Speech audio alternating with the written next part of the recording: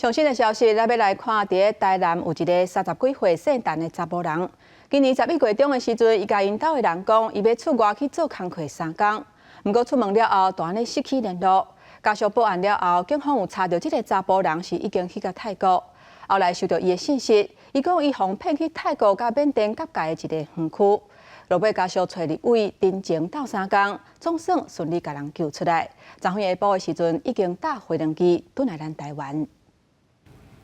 伫帽啊挂喙安，手下无挂行李，这位敢若是被骗去泰国缅甸某一个园区的姓陈的查甫人，经过各方面走访救援，昨下昼总算平安返来台湾。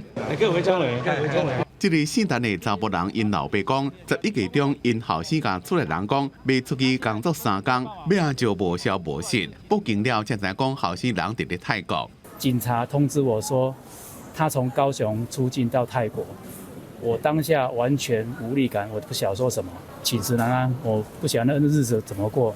我感觉人生是绝望哎。这个月初，这个姓陈的查甫人传信息叫厝内人救济，因后爸找入去林俊贤斗3工，经过1礼拜看海救人，林俊贤除了同营关系，也讲好佳在有定位坐标。他就是每一天那几天，每一天他都有一个固定时间，短短的，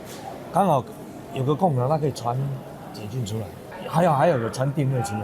这个姓陈的查甫人用一份模式的对话，冒险和家属详细地点，不过要求千万唔通讲园区的名，过年也过换地点。好佳在人怎么已经平安返来，家属也放心。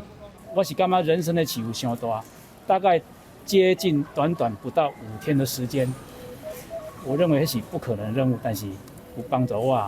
我今麦心里面的石头真的可以慢慢的放下来。会当伫咧过年前返来家出人这人食团圆饭，这个外加对这个姓陈的查甫人来讲，袂输敢若做一场恶梦共款。所以民众对迄种讲伫咧国外有薪水正悬的工作要找你去，就要特别注意，目睭掰卡大蕊的，唔通互伊骗去。记者综合报道。